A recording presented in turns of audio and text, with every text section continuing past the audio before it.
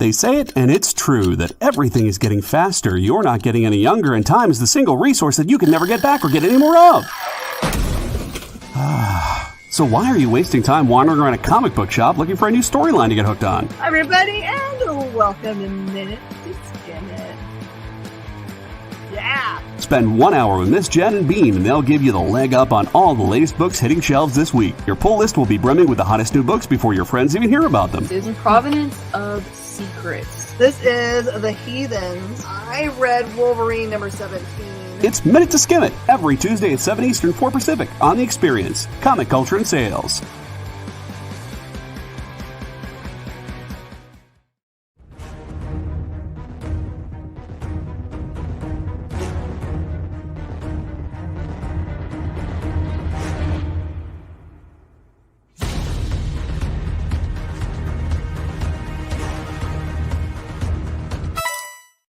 Hey, I'm Garrett Gunn. You might know me from Good Boy, Warcorns, Franklin and Gus, and you're watching The Experience.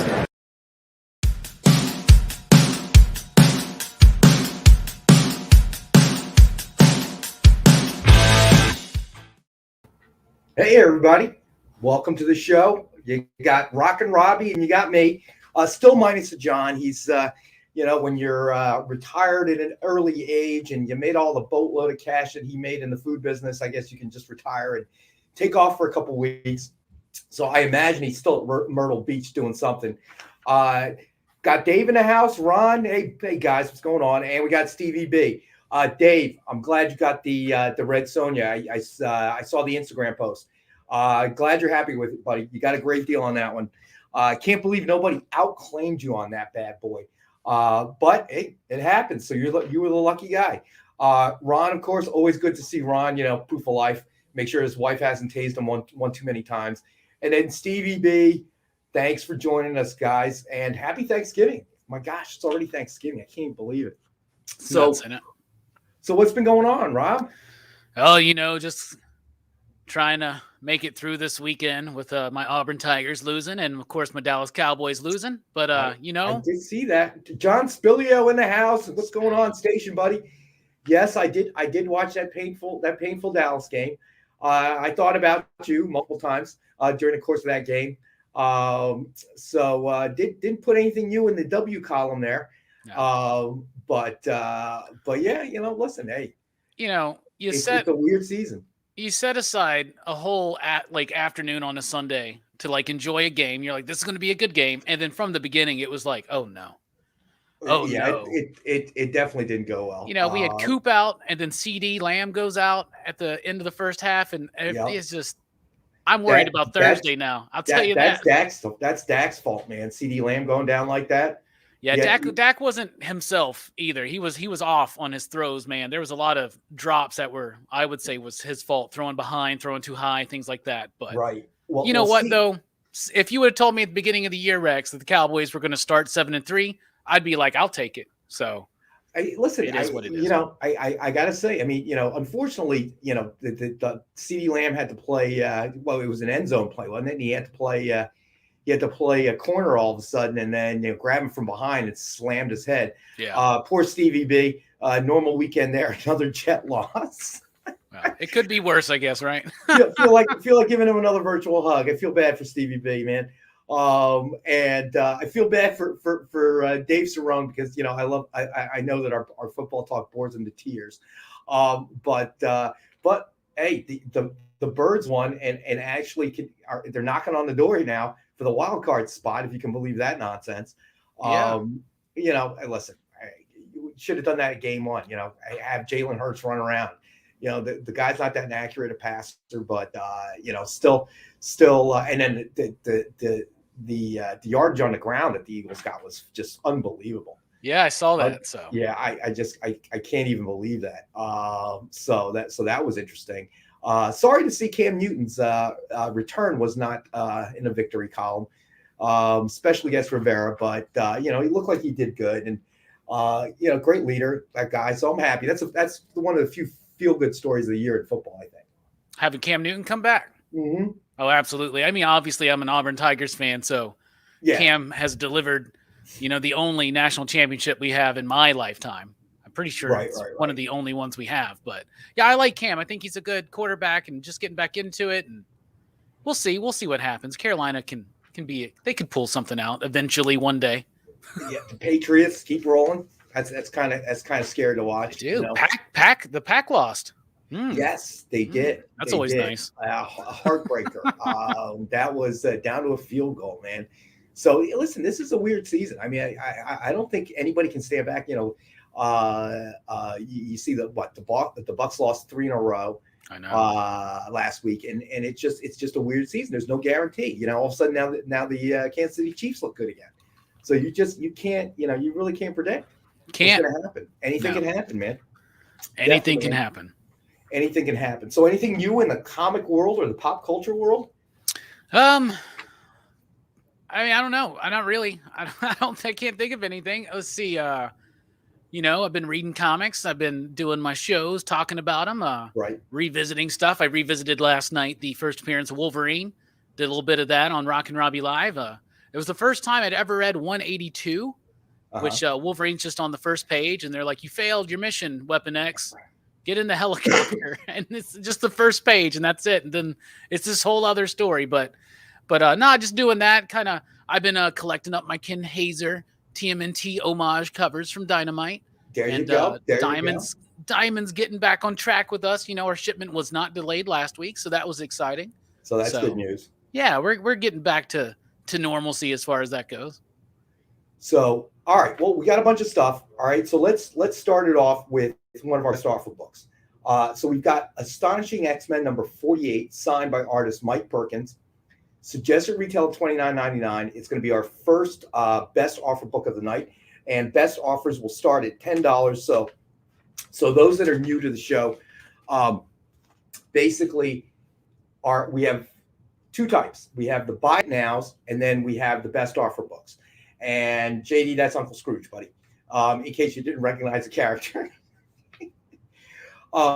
So the buy it nows will let you know the price, and first person to claim it takes it. And then our best offer of the nights by $7.55. The person with the best offer on a particular item, that person will win it, and we will put an end line in there. So JD, if you don't mind, I guess when we get to about $7.50, we should probably throw an end line up there with the timer or something, just to keep it, keep it in flow, because we've had some where it's gone. Well, you were with us when it went to the Untitled Statue and stuff. So I'll give you a 5-minute warning at 7:50 and 7:55 at 0 seconds. Everything will close. Perfect. That'll work. That'll work great. So we don't have the frenzy we had last time. I was writing so much, man. I needed a full pad of paper. But so other than that, it was an interesting weekend of football. I got to admit, it was definitely interesting. Outcomes, surprises. I'm sure anybody who's a bettor on football probably took a bath. Some fantasy teams probably took a bath. It's just kind of weird like that. But as we're coming into Thanksgiving, I can't even believe it's going to be Thanksgiving on Thursday, man. I know. That's crazy. This year's flown by. Yeah. And John Spilio says he was happy that you got the print. That was really nice of John to do that. There it is. Right there. There you go, buddy. And Adrian, it was packaged incredibly well. Thanks. Just so you guys know, you can trust the packing. 100%. That's why they don't let me pack it. Because we wanted to get to your house, all of our customers' houses in one piece. So that's why they keep me out of the warehouse in terms of packing. Also to mention, we always have this on the show. Right about now, I know people are starting, if they haven't started already, but I'm a procrastinator. So if you haven't started your Christmas shopping yet, your gift giving for the holiday season, we have the Dynamite 10-pack, and we have it on every show, and we do it for a variety of reasons, but it's been a real, one of our best sellers. So 10 random Dynamite titles, and with a cover price of no less than $3.99. You'll get 10 of them. Again, they're going to be random Dynamite titles. If you order more than one, we're going to do our best not to duplicate.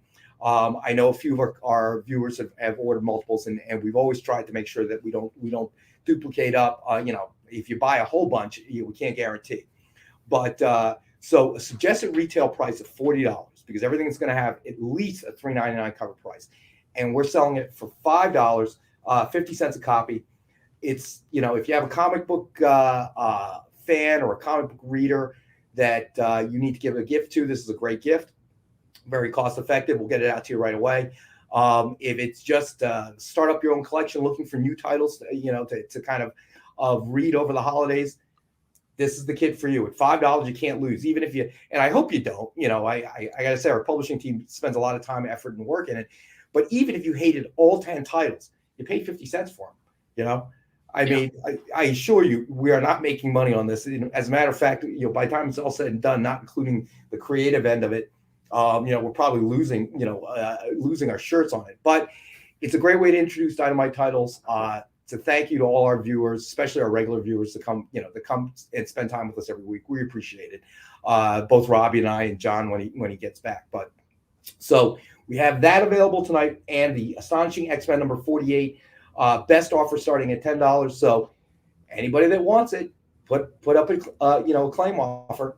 And if anybody doesn't recognize the name Mike Perkins, this is the dude who is tearing it up right now on Swamp Thing with Rom V. Amazing artist. Amazing artist. And JD's right. Don't worry, I will not take off my shirt. That's for a whole different kind of channel. Like that, what is it? That OnlyFans channel that's all over the place. But Rex got an OnlyFans. Y'all heard it here first, man. Yeah, but you know what? I'd be afraid to do it because what happens, if like nobody subscribes and watches? How depressing would that be? I know, right? So, better to stick to the comics, right? So, and let me see. We'll start. You know what? We'll start. Let's go ahead and let's do the statue right off. Give everybody enough time to get their offers in. Yeah, I want to see this, man. We have a Women of Dynamite Purgatory limited Diamond Eye Artist Proof Edition statue. Has a retail of $299.99. So this is going to be our best offer statue of the night, and the offers will start at $50. So anybody, all of our statue buyers out there, I'm going to get it right out so everybody has more than enough time instead of waiting until halfway. The show's over halfway. But this is the Diamond Eye Artist Proof. So a suggested retail of $299.99. We're going to start the offers at $50. Best offer at the end of the night at $755 takes it. Wow, that's a beautiful statue, man. Absolutely. It is. Do you know the dimensions on that, Rex? You know what? Hold on a second. I do. I think I had never read. It is. Amy, it's this one, right? The sticky. Mm-hmm. Okay, so it's 12 inches to 14 inches high with a base of 6 inches. So this is one of our this is one of the bigger ones. We had some busts on here that were a little bit smaller. So Dave is already on board. $50 for the statue. You got it, Dave. Got you in here. Let's see. 62 Lefty, what's going on, buddy? Anvu is now in at 60. This is a nice statue, man. I just started reading the new Purgatory series, which I'm digging. I've never read a Purgatory book in my life, and now it's making me want to go back and dig into some old school 90s chaos stuff. Now Dave's at 65, so that's already active. So this is going to be a whole lot of writing for me through the rest of the night. Yes. And John Spilio Station 62. Is that John? Dave's up to Ann's up to 75. Maybe Spilio's up to 100 though. What's that? Spilio's up to 100 though. Where's Spilio? Oh, Spilio's up to 100. Yep. Yes, he is. All right, hold on. I'll get you there. John Spilio.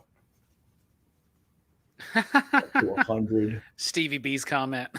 What's Stevie B say? Says, I wish I had a man cave for that statue because I'm sure the bedroom and living rooms are off limits. Hey, who says that? This is a family kind of statue, right? Yeah. So Ann is up to 110. Amy, you're keeping track too, right? Yep. Thank you. So up to 110. So wow. I guess it's a good thing I started early with the statue. Yeah. But so what was the last movie you saw, Robbie? Me? Well, the last new movie I saw was Dune, but the last movie that I watched was Dr. No. the very first James Bond film. I watched that on Saturday night because I could see where the Auburn Tigers game was going. And my girlfriend doesn't really care about football, and she was here, and I didn't just want to sit here with her and get angry and her not understand why I was angry. So I was like, let's put in Dr. No, because we got a Pop Culture Philosophers started as a podcast, and we've been on a hiatus since the beginning of the COVID stuff. But we're bringing the podcast back in January, and our first episode is our Bond cast. So all through until the beginning of January, I'm going to be cramming in all 25 Bond films, and I do that probably like once every like 6 to 8 years, and it's always a fun experience, man. Dr. No was, even for the first one, all the elements are there. It holds up, and you know, and if you're a James Bond fan, Dynamite does some really good James Bond comics. So way to segue there, buddy. Way to segue.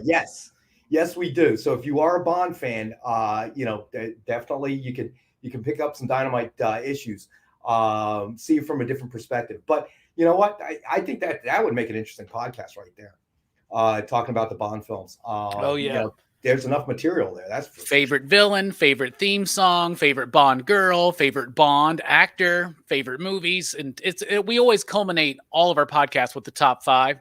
So the big top 5 will be your top 5 favorite James Bond movies. Right. But a lot of great conversation to dig into on that. You know what? I'm gonna dig up some Bond books for next week. Now that you put it in my head. Yeah. Don't let me forget. Please do. Yeah. Because y'all have done some really good Bond books, man. Some really good stuff. So John's up to 150 on the statue now. Yep. It's John Spilio. I think has dropped out. She says I'm out at John Spilio's on budget for Christmas shopping. Gotcha. So look, at this moment, it looks like it's John in the lead at 150. So let's see here. Ooh, let's do a $10 book. How about that? Let's do it. We have Teen Titans number 20, signed by writer Jeff Johns. And that's going to be one of our $10 books of the night. All right. Wow. So that's a buy it now claim. So anybody that wants it, signed by and comes with a certificate of authenticity. And hold on, let me see if it's limited at all. So let's see. Yep. So let's see. Number 20, signed by Jeff Johns, spitting out the events of the identity crisis. All right. So this is available. One of our $10 signed books. Every signed book will come with, and all the special limited edition, ultra rare limited edition covers will come with a certificate of authenticity. If it's a signed book, it'll come from Dynamic Forces, and that will guarantee the authenticity of the book. And if it is a limited, ultra limited edition cover, and it's a Dynamite title, then the certificate will come, I believe, from Dynamite. So you're guaranteed to know what you're getting is the genuine article. But yeah, so yeah, James Bond. I might join you on that show. Talk about Bond for a bit. So, what's your favorite? Who's your favorite Bond, Rex? I gotta tell you, it was Sean Connery, but now I gotta say that Daniel Craig has really grown on me. I'm trying to think. The Roger Moore was kind of campy, kind of like the Adam West Batmans, kind of in that nature. So Stevie B is in on the Teen Titans. Got you, Stevie B, at $10. It's yours, buddy. But Daniel Craig kind of reminded me of Sean Connery, the rough, serious kind of Bond. I go back to watch that George Lazenby one, Her Majesty's Secret Service. Yeah. And you know what? I hated it the first time when I watched it when I was young, but now going back and watching it kind of grows on me. It's a different, that's a good one.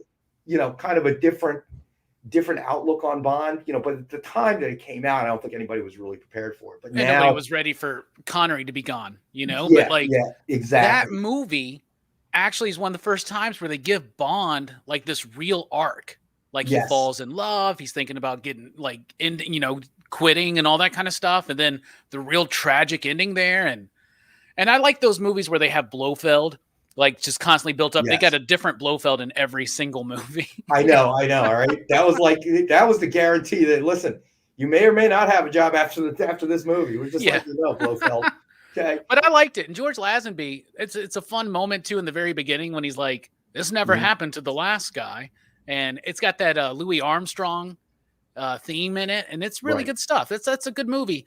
Every time I do the revisit, Rex, it's wild because some movies always are just good. Some movies are always not as good. Like Right.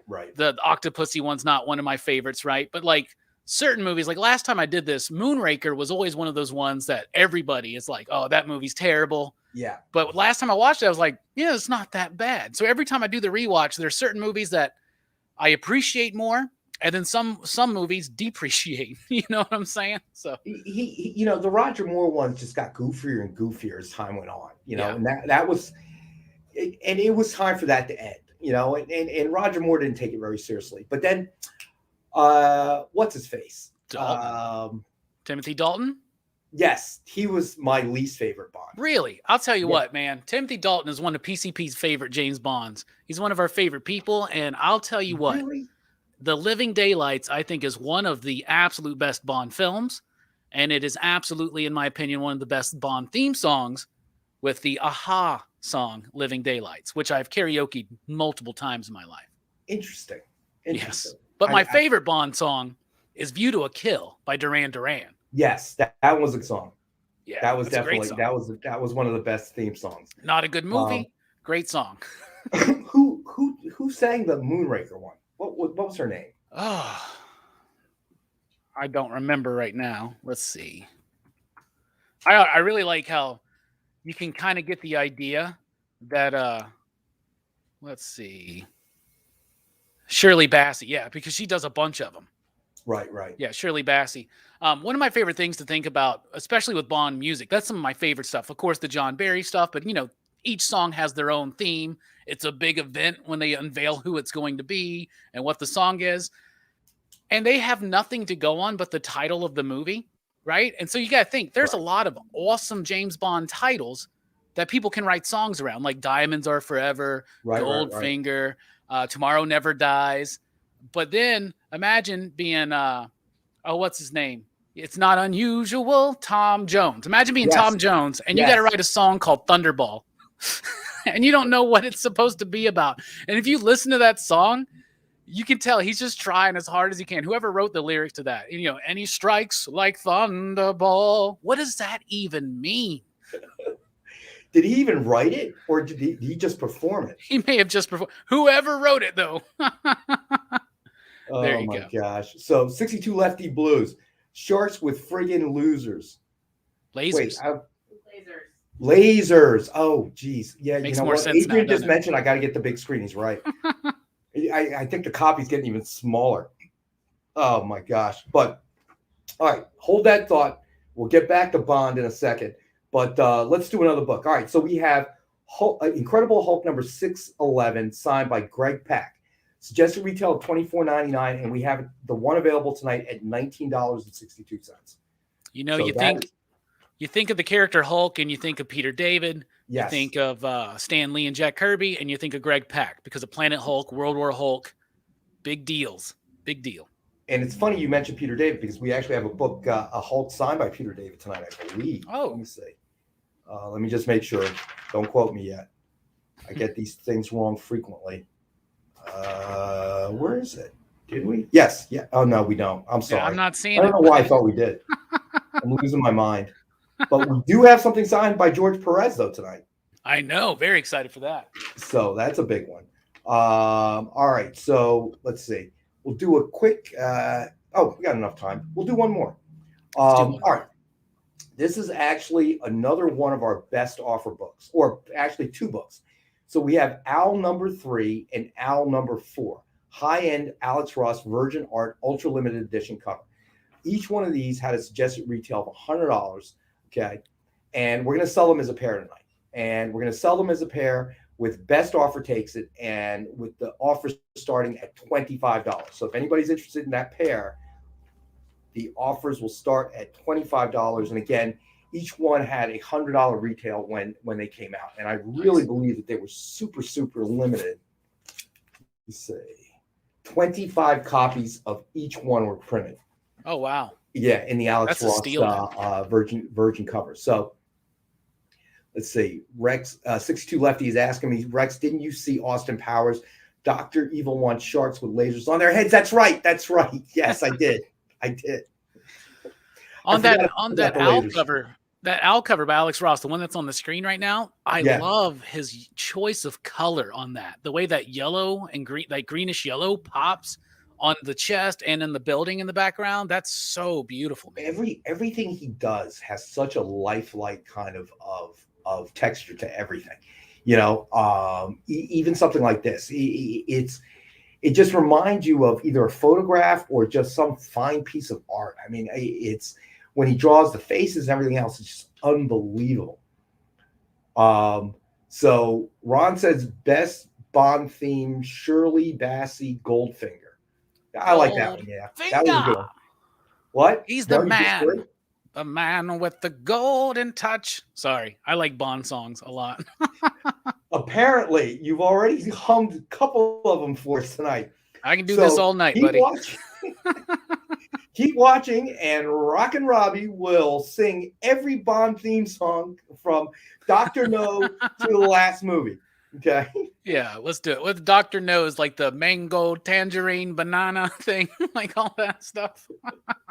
Oh my gosh. Oh, whatever. You really do know them, man. I love James Bond music, man. I think I love the music in James Bond films more than the movies themselves. Well, you know what? I got to admit, I mean, you know, their theme songs were almost as big a draw as you know, as the movies were. You were always curious who was going to be singing the theme song to the next movie, you know? Yeah. It's a big event, man. And they'd always have it in the previews. You know, they let you know. Yeah. But again, so I think we got to go to our first break, but we'll do a quick recap. We did the Dynamite 10-pack reader set. We had that available for $5. Right now, John Spilio is in the lead for the Women of Dynamite Purgatory Limited Edition Diamond Eye Artist Proof statue at $150. We had the Astonishing X-Men number 48 signed by artist Mike Perkins. Best offer book starting at $10. Teen Titans number 20 was claimed by Stevie B. We did the Incredible Hulk number 611 signed by Greg Pak. Suggested retail $24.99. We have it tonight for $19.62. And then we did the Owl number 3 and Owl number 4 high-end Alex Ross Virgin or ultra limited edition covers. Only 25 ever printed. Each book itself had a suggested retail of $100. We're selling the pair. It's another best offer item, and the best offer start at $25. So that's what we've gotten to so far. We'll be right back. JD will take us out, and we'll have a few messages for a few minutes, and we'll be right back.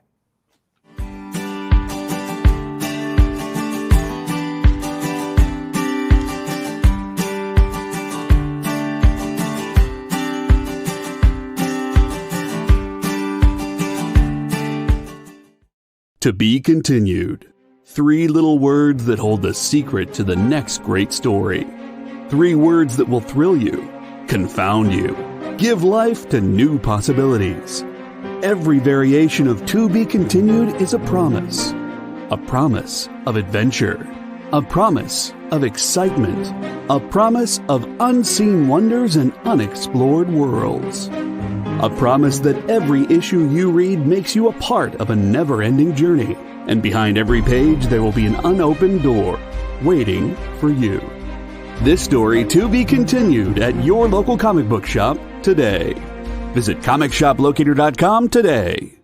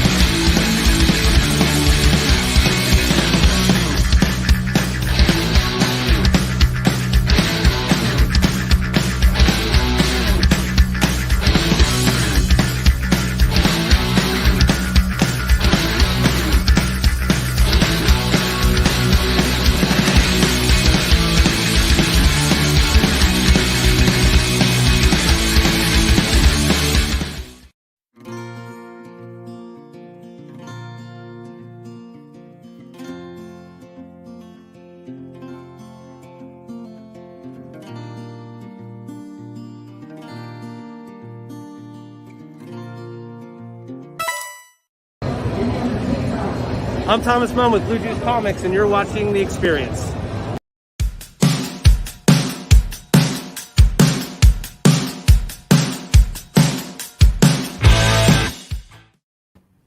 All right, so during the break, I thought about the worst Bond movie that I really didn't like, and believe it or not, it had Sean Connery in it, and it was that remake. What was it? Never Say Never Again. Never Say Never Again. Yeah. Which was essentially Thunderball. Okay, all right. It was a story to Thunderball. It was not an original story at all. You know. It was done by a different studio too, right? It was, yes, Yeah. during that period of time. That was one I didn't really enjoy because it was essentially the same story, except you have a much older Sean Connery, you know? Yeah, we don't count that one in our 25.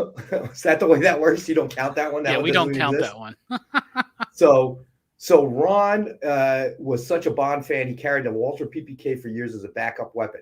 Ron, I hope your wife doesn't find that and mistake it for the taser, because then there could be real problems. But listen, I mean, we were all fans of that. I mean, you know, just the whole James Bond lore. It's amazing to me how long it's lasted. Oh yeah.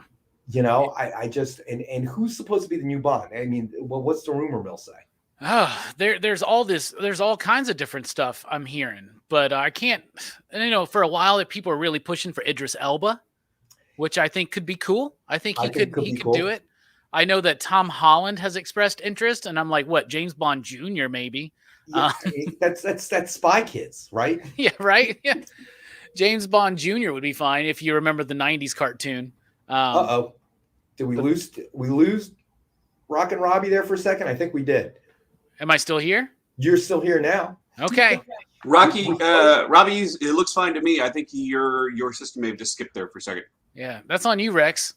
Yeah, it's all you, That's Rex. on me. Sure. Yeah, that's on you, bro. That's okay. I'll take it. Scrub. I'll take the heat for that as well.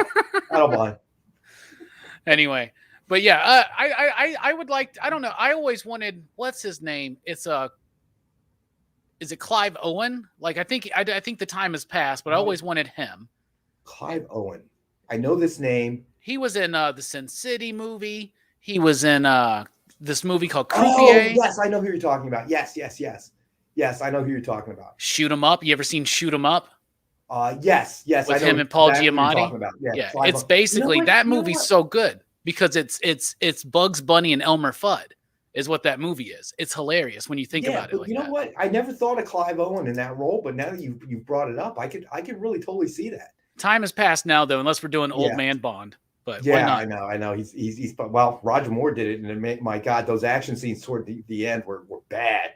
Wow, and how old is Daniel Craig? Daniel Craig's not a super young man, right? So no, he's got to be 50. I don't know. Yeah, so maybe Owen could do it, but I don't know. We'll see. This is supposed to be the end of Daniel Craig's run, you know, which they say that before every movie, but I think that's for sure. I haven't seen the new one though. I haven't seen the new one. Having seen the new one, I will say that it's pretty definitely the end of Daniel Craig's run. Oh, they must kill him or something then. Yep. Thanks, JD. JD. Not being the spoiler, but it was done very I didn't say nothing. You guys spoil it in your own heads. I just said something. There can only be one answer to that question there, JD. Let's see. Ron says The Rock said to I read that as well. Yeah, The Rock would like to be the next Bond. You know, I don't know about that, man. I mean, yeah, he's just, you know, that's not his role, you know. I mean, The Rock walks into a room, everybody notices. That's not really good for intelligence work, I don't think. You know, I mean, he is. Oh, there's the English spy, the big dude. Yeah, right. That looks like The Rock. He is good in Get Smart. The Rock. He's pretty fun in that movie. All right, Jen King just put the nail in it. She Yeah. says there's absolutely no way there could be another Daniel Craig unless movie magic occurs. So she just put the nail in JD's attempt at not doing the spoiler, but totally spoiled it. Well, there could be, you know, they could always do the old serial thing that she complained about in Misery. He didn't get out of the cockatoony car. This is wrong. Like they could just add a scene of him jumping to safety. All right, so thanks to JD, we all know that the Daniel Craig James Bond gets killed. Thanks. Oh hey, when did that movie come out? Like 2 months ago. Good luck. Let's see. Ron says Daniel Craig looked the way Bond was described in the books. Yes, that's what I think. Made it. That and the action. I mean, that was the thing. I think Daniel Craig brought to the table was just the action sequences were phenomenal. I mean, he was like Jackie Chan jumping all over everything, and high cranes and all kinds of craziness. And that's not something because when what's his face started. Oh gosh, Remington Steele. Come on. Pierce Bronson? Yeah, Pierce Brosnan. When he started doing it, he was already too old, so he couldn't do. And you could always see the double. It just didn't work, But Daniel Craig doing most of his stunts, I think that's what kind of separated. Yeah, I know that. I'm sorry, that was the big problem with Pierce Brosnan was that everybody thought he would make the perfect Bond, but he was under contract to another studio for so long is that when they finally did get him, it was too late. That's what I was going to say is they wanted him for a long time. And then, and he just, by the time he could do it, he was just.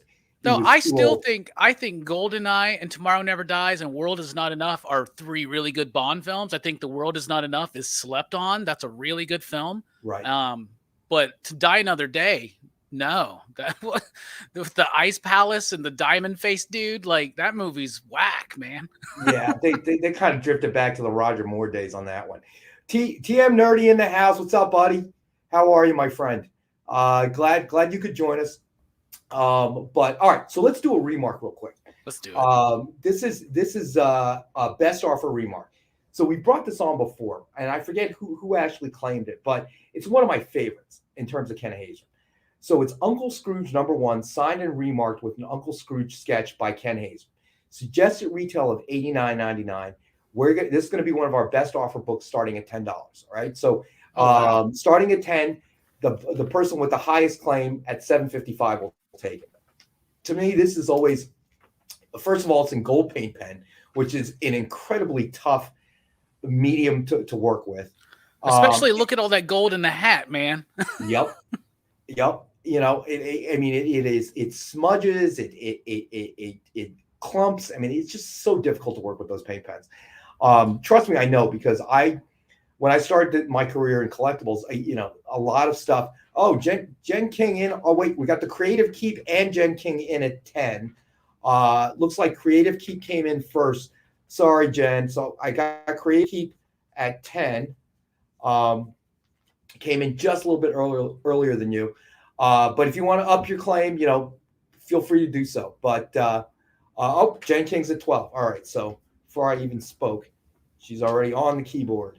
I know that's his tongue in his mouth there, but it almost look like he's a vampire that's missing one of his fangs? It does. It's a Halloween. I never noticed that before, but now that you bring it up, it just stuck out, man. So Stevie B says Matt Bomer might make a good Bond instead of having his face wrapped in bandages in Doom Patrol. I have no idea what the actor looks like. Oh yeah, he would be. He looks like he could play the part. All right, so Creative Keep is up to 15. I can't picture the guy, so I don't know who we're talking about. Looks like a handsome white Hollywood actor. So, what do you guys think the odds are that it's going to be a woman this time around? I've heard that rumor floating around for a while now. Yeah, I don't know. They could go that route. They could get a person of color, which is something I think may be more likely. Like Idris Elba, I could see in the role. Okay, no problem. Have you seen Luther? But all right, so Jen King is up to 20, but changing it to a woman, I don't know. I don't know. Would it be Jane Bond? Is that what it would be then? Yeah, I'm not sure. I think somebody told me that the latest movie kind of alluded to it. Maybe JD could help us out with that. Well, I think that Bond is like what's that?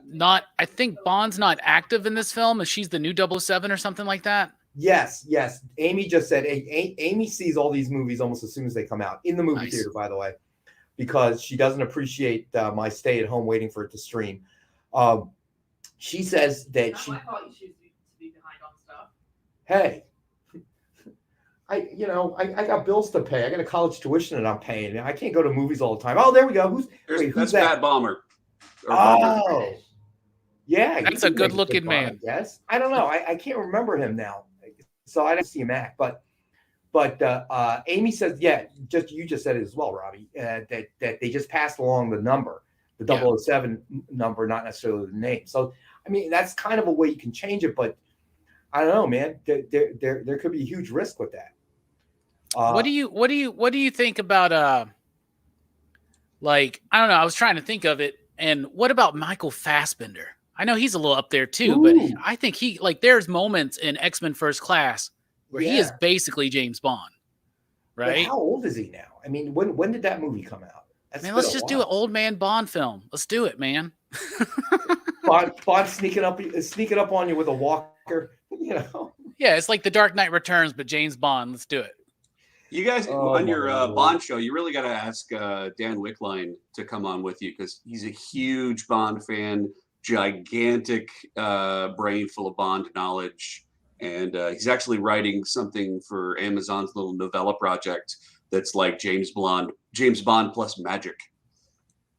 Ooh, nice. Now, with the better idea, I like. Agreed to do the last James Bond story under one condition: that they release it after he died, and no studio wanted to pay to create a big budget movie wait till he passed away to do it. Dude, he wasn't that good at Never Say Never Again, man. I can't even you know see what that. The best James Bond retirement movie is November Man.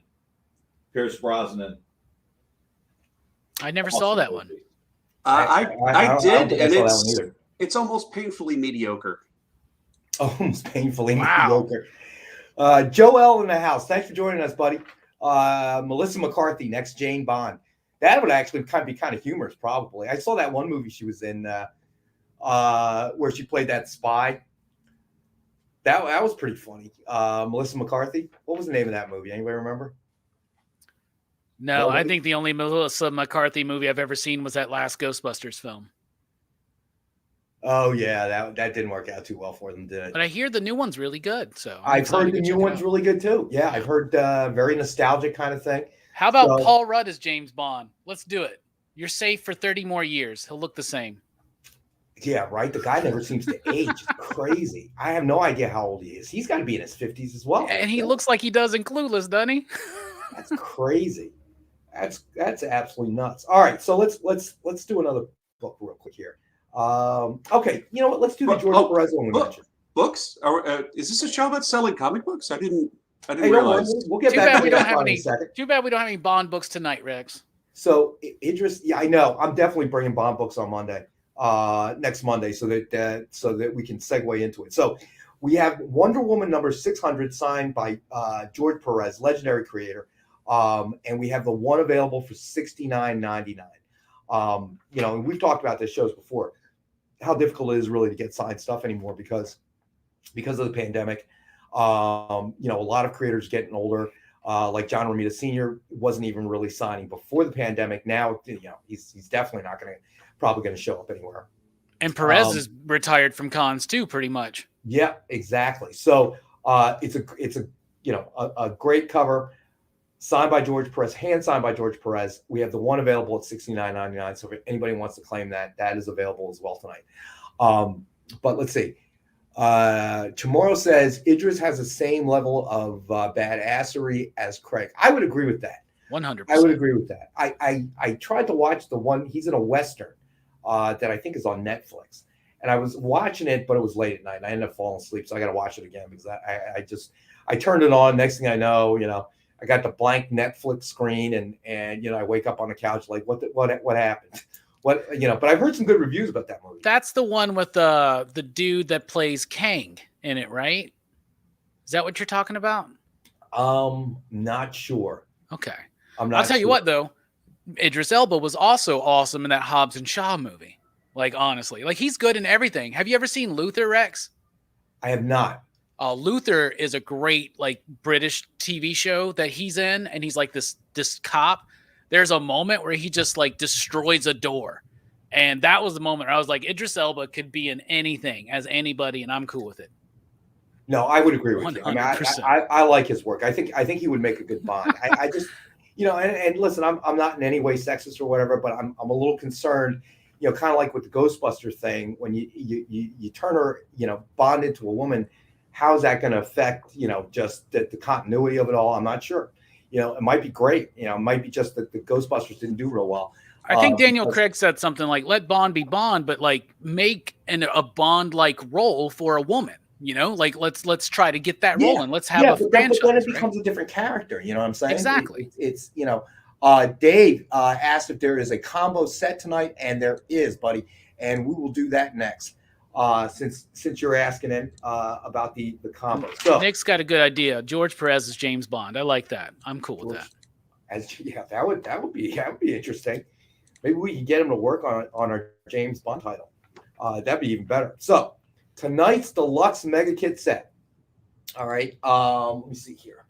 Okay, so we mixed it up a little bit today. Doing it a little different. JD, I think you got the photo just a little later in the day. There it is. There you go. So Amy took care of that for us. Thank you, Amy. So you have a graded Detective Comics number 1027, guaranteed CGC graded 9.8. Then we usually do two silver or gold autographs and one remark. So today we kind of switched it up.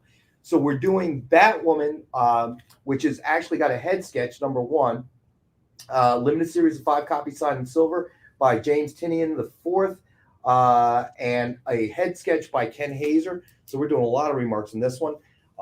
So that one's in there. And then we have the connecting All-Star Batman covers, which you can see right there. Also remarked by Ken Hazer and signed by Ken Hazer. And we have all of these books as our deluxe Mega Mix set, and all 4 books for $99 tonight.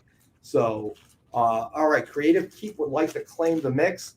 All right, Creative Keep. That was quick. There, buddy. I like that connecting cover. It's like, is Batman saying "marry me"? Is that what he's saying? Yes, he is. And she doesn't look very happy about that. She does not. Kind of reminds me of my ex-wife. Boom, boom. There we go. Now we're coming off the rails. So missing link in the house. Hey, Steph, station. So I missed some of the George's Blowfield.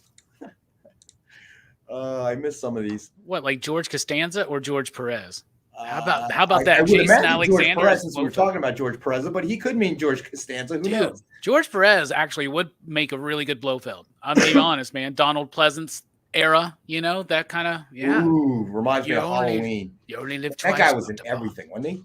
Donald Pleasance? Uh-huh. Oh, yeah, pretty much. Great Escape. Do you remember that? Oh. What's that? Great Escape. He's in Great Escape with a whole bunch of other great people. He was one of those guys that was like one of the hardest working actors everywhere. He was in everything. So Nick, actually, thank you, Nick. I totally forgot. So, and I should have mentioned it at the beginning of the hour, but I forgot. It happens. All right. So tonight, everyone who purchases something will get a free ash can edition of Vampirella Unholy, a love story with Dracula. So Vampy and Dracula, and I'm not sure. I think JD, I think Amy sent you this one as well. So if you have that, so every purchase now limited to 1 per person. So just to kind of keep it fair, but every person that makes a purchase tonight will get a free issue of the ash can Vampy and Dracula.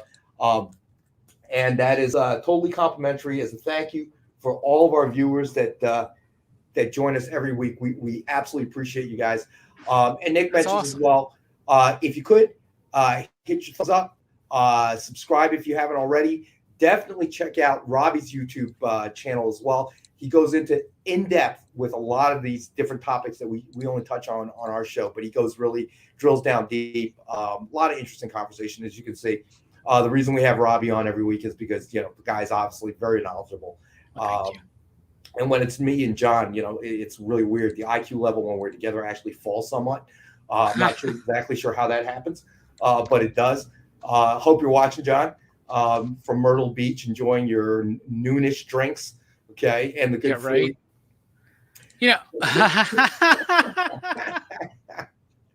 JD goes, John drags down the average. Yeah, but sometimes you need that for the bell curve. That Vampirella cover, it looks like she's like getting a little undressed or whatever. I'd like to see the cover of The Next Moment. That would be really cool. And Also, I had another bit I was going to say, and I forgot what it was. But I was going to ask, especially since Nick's in the building, he might have some knowledge. Where does the term ash can come from for these things, which are usually like previews, right? Actually, Nick is quite knowledgeable about that. I think that when we were on the show with AR, he had mentioned the ash cans. I might be wrong again, but Nick says that the ash can was originally, and I forget what he said. It was specifically for trademark purposes, but never meant to be released into the public. And then there was a resurgence, I guess, in the late 80s and 90s where it became a collectible. Yeah. They were small. You remember the ash cans of the past? Yeah, I have several of them. And now they're full size, and at least coming out from Dynamite, they're full size. And it's interesting because we took an impromptu survey that night to see. There we go. Nick's posted something on chat. But we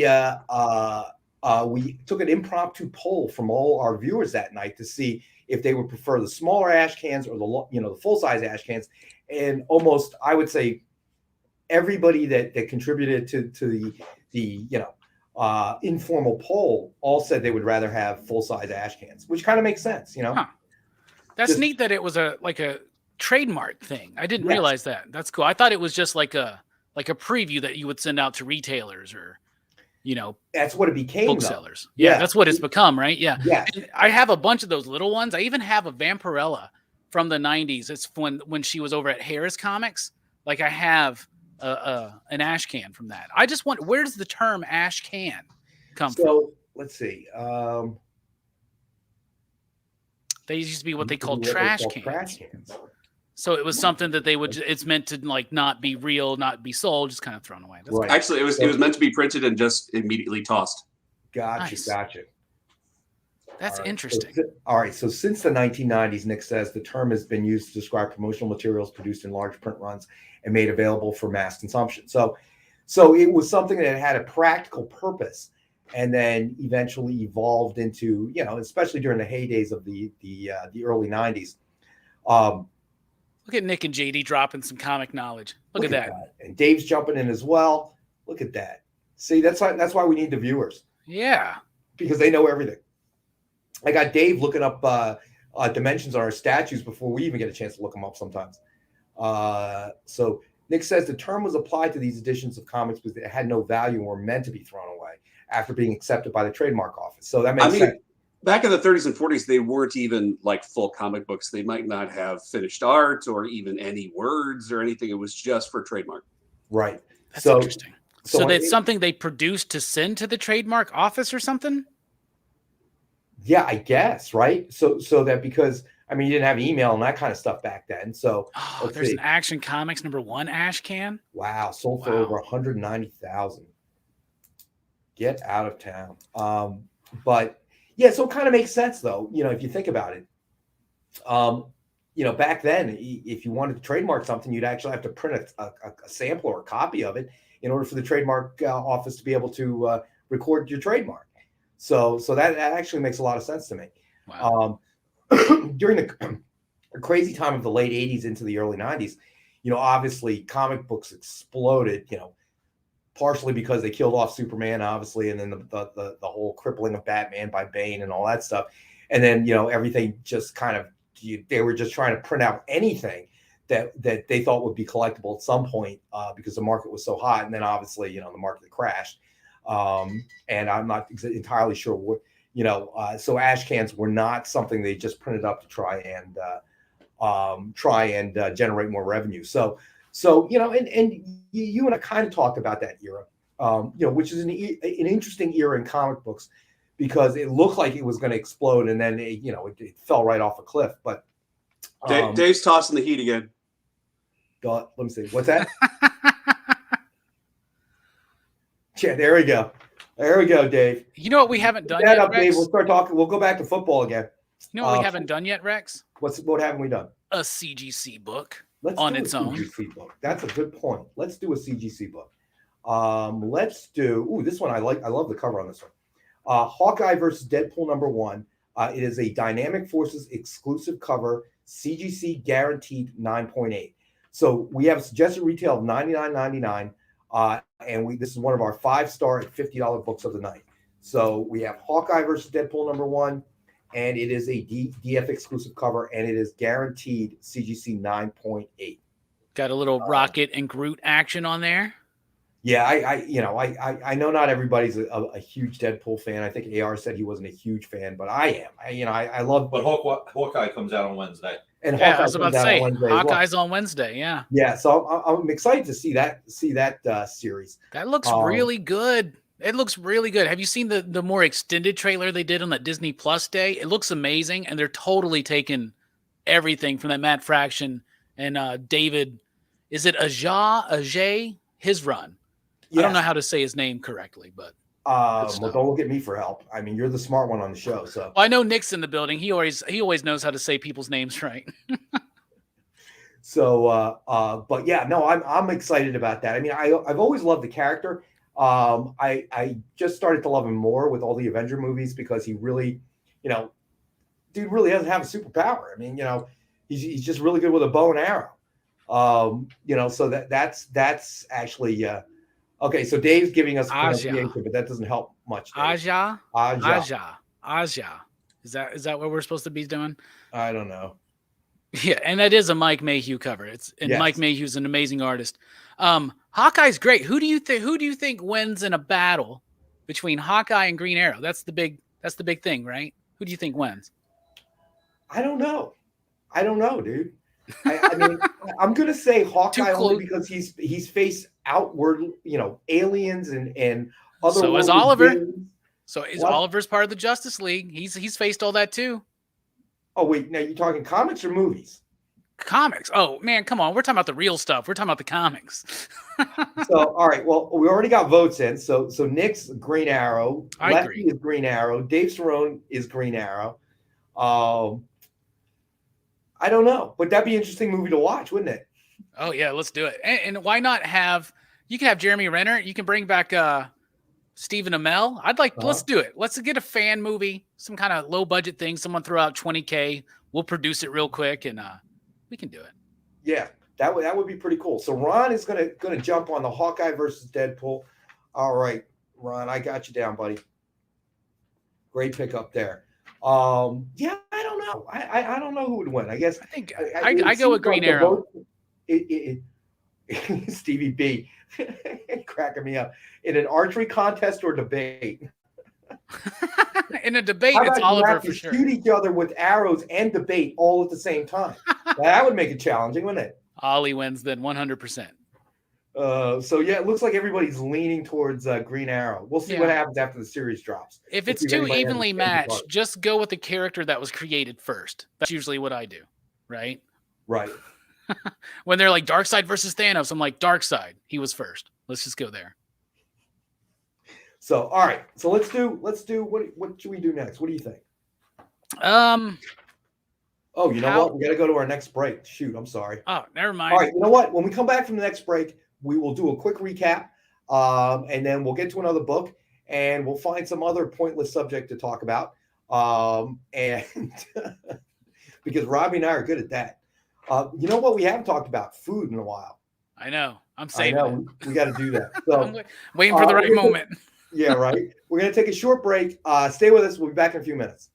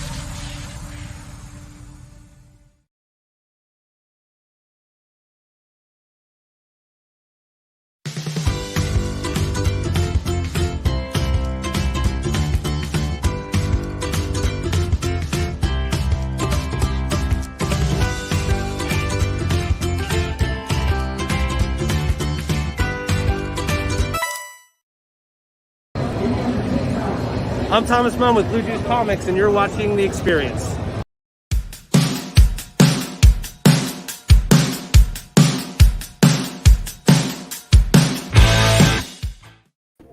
All right, and we're back. All right, so you got me, you got Rockin' Robbie, and you got JD producing the show, and all of our viewers. All right, so let's do a quick recap. We did the Dynamite 10-pack reader set, 10 random Dynamite titles, cover price of $3.99 or higher, suggested retail of $40, and we have it tonight for $5. I know a lot of our viewers have picked up on it. The deluxe mega set is gone, claimed by Creative Keep. Currently, the Woman of Dynamite Purgatory limited edition Diamond Eye artist proof statue. Our buddy John Spilio is in the lead with 150. That is the best offer item for the night.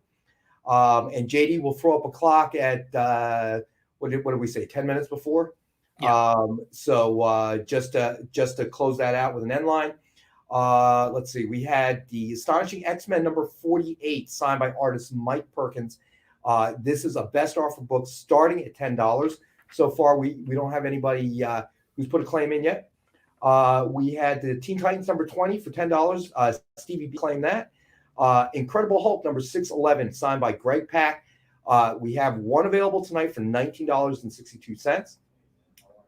Then we had Owl number 3 and Owl number 4 high-end Alex Ross Virgin Art ultra limited edition cover. Only 25 ever printed.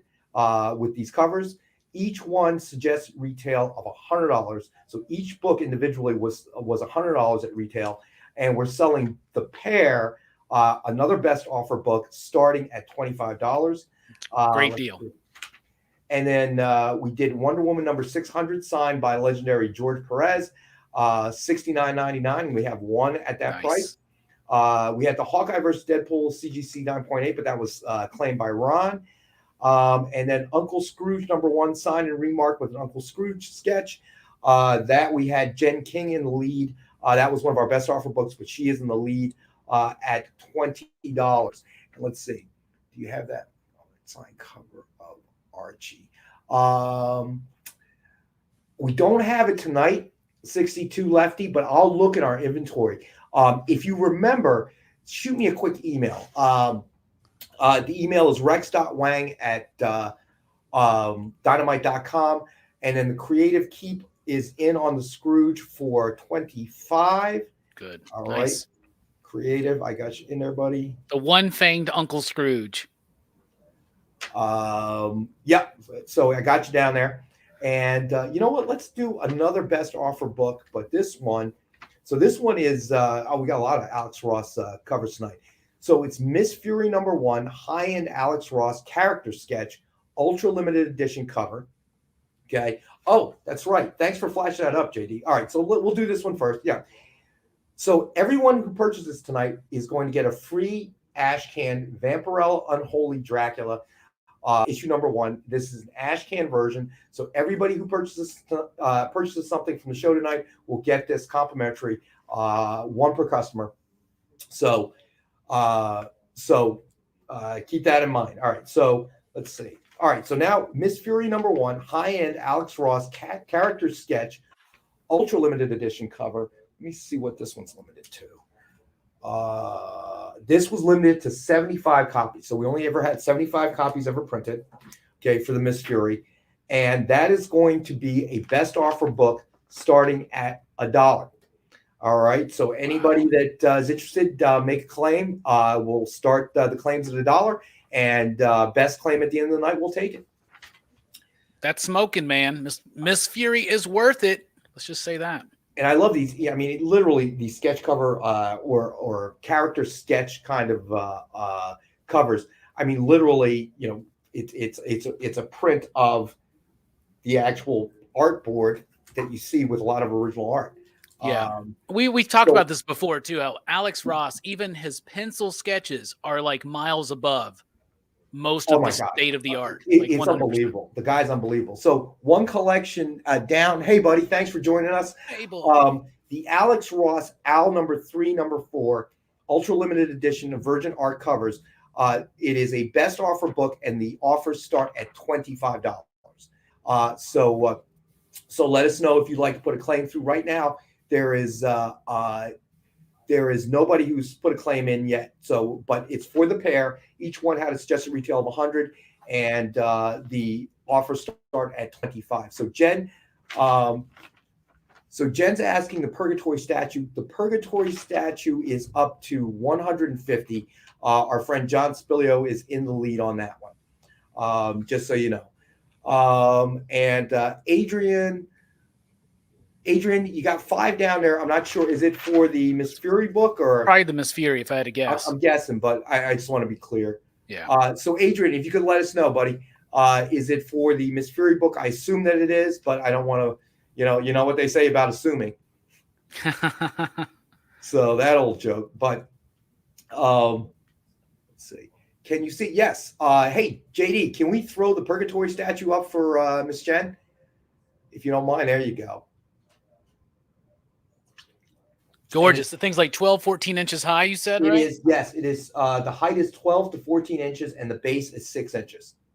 That base is great, man. Like the rock and the lava or the hellfire, whatever it is. That's so cool. I wish we had. I knew that we had so many collectors that watched it.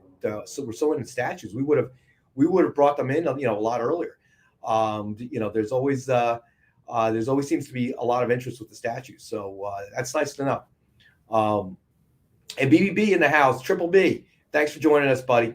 But you know what? You want to do another CGC book? What do you think? You got a what do you want to do? Because I see there's a hot book out right now. You talking about Something Is Killing the Children? Yeah, I am. Yeah. Okay, so Jen King is up to, all right, Jen, hold on, let me write that down. So you are in it for 175. Gotcha. I got you down here, Jen. All right, so yeah, let's do that one. That one literally, when I put it on the show, it just come back from CGC. Nice. We pulled it right out of the box that they pack it in. So Something Is Killing the Children, number 17. CGC guaranteed 9.8. Suggested retail of $29.99. We have it as one of our 5-star at $50 books. So if anybody is interested in, and I know you're a fan of this title. Yes, it's such Robbie. A good book. Who's the cover artist on that? Do you know? Hold on, let me look. Let's see. It almost looks like Jorge Corona or this is Oscar Yolindarim. Huh. I'm mangling that name, aren't I? Probably. It looks great. Yeah. It is a glow-in-the-dark cover, by the way. Virgin glow-in-the-dark. Oh, I have this cover. So you have it. Yeah, now that you say it's glow-in-the-dark, yeah, I mean, if it's a glow-in-the-dark cover or if it's foil, more than likely I'm going to take it home from the shop. You know what I'm saying? That's just me.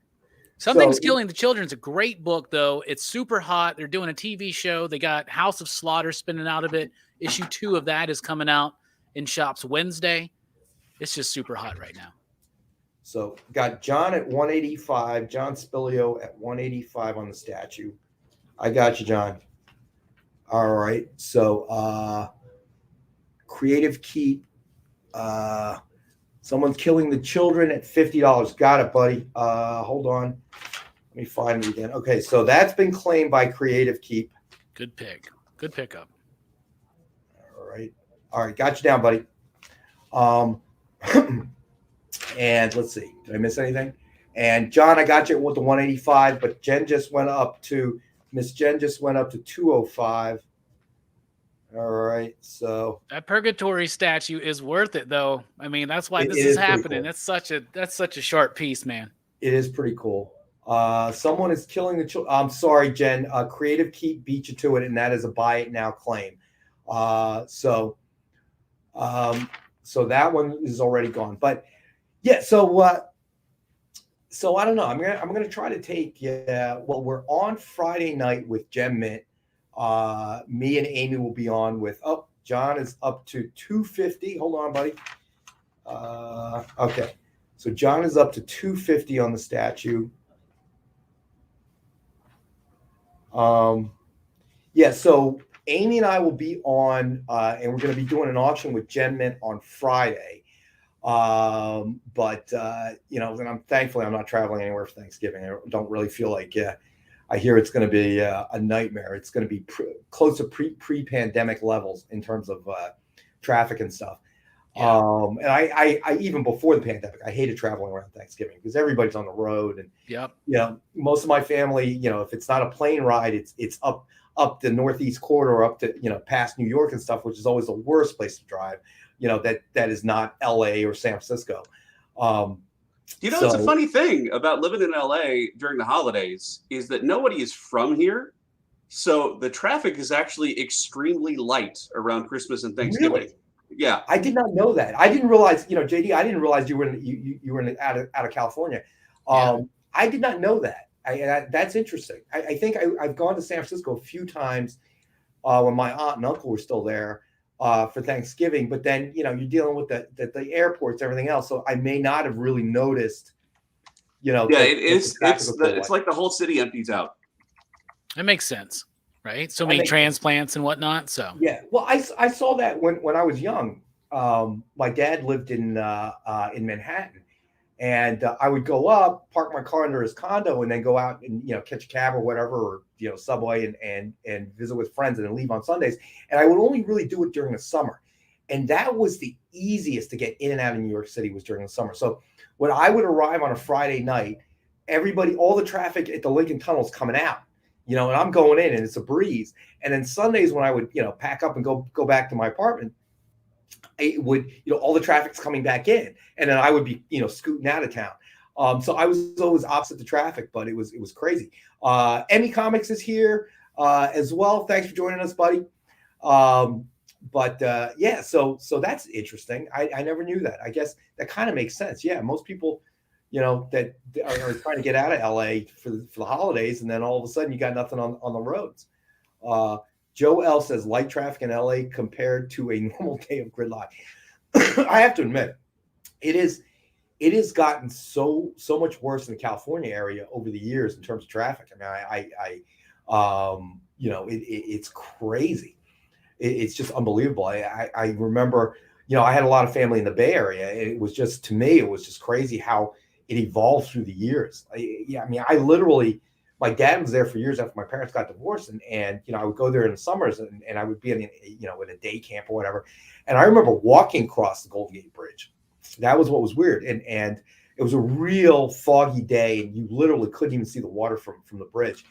And I don't remember traffic being that heavy. And then I went up for a wedding when my ex-wife was pregnant with my daughter, and it was gridlocked. I remember that, and my then pregnant wife had to go to the bathroom, so that made an interesting scene. She was 5-6 months pregnant and had to go to the bathroom. We're stuck in the middle of a bridge. And then lately, last few times I've been there, it's just crazy. I mean, it's just, you can't get across Golden Gate Bridge without traffic. It's just gridlock. But in this area, it's that 95 corridor, that turnpike right up to through New York, across the George Washington Bridge. Unless it's 2 a.m. in the morning on a Tuesday, man, you can just guarantee you're going to have traffic. Huh. No way around it. But so, all right. So let's get to, what should we do next? What do you think? Well, this week I picked up a couple more Ken Hazer books for my Ken Hazer collection. I picked up the TMNT homage he did for Army of Darkness, and for I think it was Purgatory, right? And Purgatory's been my favorite of those. So I'm a big Superman fan. I like Electric Blue Superman, and I know we got a Ken Hazer Blue Superman logo sketch. We do. Good segue, buddy. Thank you. Well done, Robbie. All right, so Action Comics number 1000, signed and remarked with a Superman logo sketch, but in blue. I know we've had something similar, but it's either been red or dripping blood red. This one is actually in blue, signed and remarked by Ken Hazer. Suggested retail of $99.99, and we have one available for $50. So we only have one available at this price. Keep in mind, and we'll do a recap in a second. So Joel saying hi to Nick. Let's see here. They are Ron's, like LA sounds like any college town USA at Thanksgiving. Yeah, pretty much. Actually, that's if you think about it, we do have two major national universities within the basin, plus a bunch of little ones. Right? Yeah, USC's downtown, and UCLA is up in Brentwood. Yeah. Oh, that makes a lot of sense. Yeah, but it's a big state. It's so weird that it would clear out like that. That's interesting. But all right, so You know what's always amazed me, Rex? All What's- the amazing artists who have worked on Superman, who always have to consistently keep drawing this shield with different perspectives and different angles, and like I can't do it from memory and make it look that good. And I'm sure that most people look at they have. Can you just imagine what that's like to have to draw that 20 times in a comic book from a different angle? When I was in the third or fourth grade, that was for whatever reason, my classmates and I, that was the activity. Who could draw the Superman logo the best? Okay. I don't want to say I was the worst, but I was definitely not the best. I'd like to say I was in the middle of the pack, if you will. Yeah. Compared to the rest of my classmates. But yeah, it's not easy. I mean, think about it. It's not an easy S to draw. Yeah, I've heard some people that they just actually they learn to draw the negative space is how they make it look so spot on, because it's a very particular S. Because I'll do the logo. The Kingdom Come logo is easy to draw, because it's a little bit more stylized, right? It's like it's sleek. Excuse me, I'm sorry. It's not an S on his planet. It means hope. All right, that's in the movie. We're talking about the real world in comics. Okay, it's an S for Superman. Oh man. People come in the shop and they're like, "Do you know the S means hope?" And I'm like, "Oh, they just everything they know from the movie." Christopher Reeve still the best Superman. I'm sorry, first one. He wasn't the first, but it wasn't the first, but it was the first modern. Well, I guess you can't even call it modern day. Yeah, it's not modern anymore, Rex. That's the classic film. I know, right? Oh my God, I can't even believe that. That's actually a movie I did see in a movie theater. It's because you had no choice. That to me, that was the first superhero film that really made it, I guess, if you think about it, was that first Superman. Yeah. Got kind of goofy later on, but that first one was just, I think it kind of proved that a comic book storyline will work. Yeah. And it'll work in the movies, and people will watch it, and they will come out and continue to watch it. And without Superman, you never would have had the Michael Keaton Batman. Okay? Right. And that worked as well. So, and then that led into so many other things that led to Blade, that led to X-Men and Spider-Man, and now the MCU, right? And but then that horrible Superman, I think it was the last one with Richard Pryor. 3. There was one more after that, though. Was there one more after that? Yeah, that was just brutally bad. Peace. If you want to get some good interviews and information about what happened between 2 and 3, when they kicked Richard Donner off the production, you got to listen to. There's interviews out there with the guy who played the mute Kryptonian. I forget what name he had. Non or something like that. Yeah. He's I forget the name of the actor, but he's an old kind of Italian. He had connections with people kind of guy, and he spins stories about that age. It's really cool stuff to listen to. I'll have to look up what his name is. Yeah, the way they treated Richard Donner, because he was doing 1 and 2 at the same time. Yeah, and then they kicked him off of 2, right? And then they brought in Richard Lester to finish it. And the Donner cut of 2 to me is the best Superman film that I've ever watched. I would agree. That was also a very well done film. And then it fell off, obviously. Yeah, if you watch the opening of 3, you got to get the feeling that he was trying to make Superman into Charlie Chaplin or something. Well, and also that's when they started taking advantage of the audience for sure, because 3 was supposed to be Brainiac. They thought the space stuff would be too expensive, so they just you can tell that it's meant to be Brainiac, that computer program. And then 4, there was the idea that it could be Bizarro, but instead it's the Nuclear Man or whatever. And you can't do that. We've learned you can't take advantage of your audience. Yeah. They drifted too far from the source material, and you could see that the special effects were getting cheesy as well. And they were starting to scrimp and save, and they were trying not to spend money, and the quality, affected that. They were like, it's a Superman movie. People will watch it. Well, apparently that only works when it comes to Halloween and Friday the 13th. Yeah, right. Things like that. You don't miss anything there, because they were low budget shoestring films anyway to begin with. Exactly. So, there was no bar to fall below.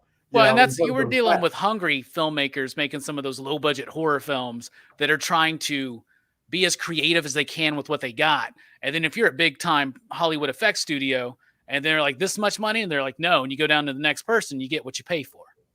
Right. No, exactly. And well, you're talking about the Blair Witch Project, which I did see in the movie theaters.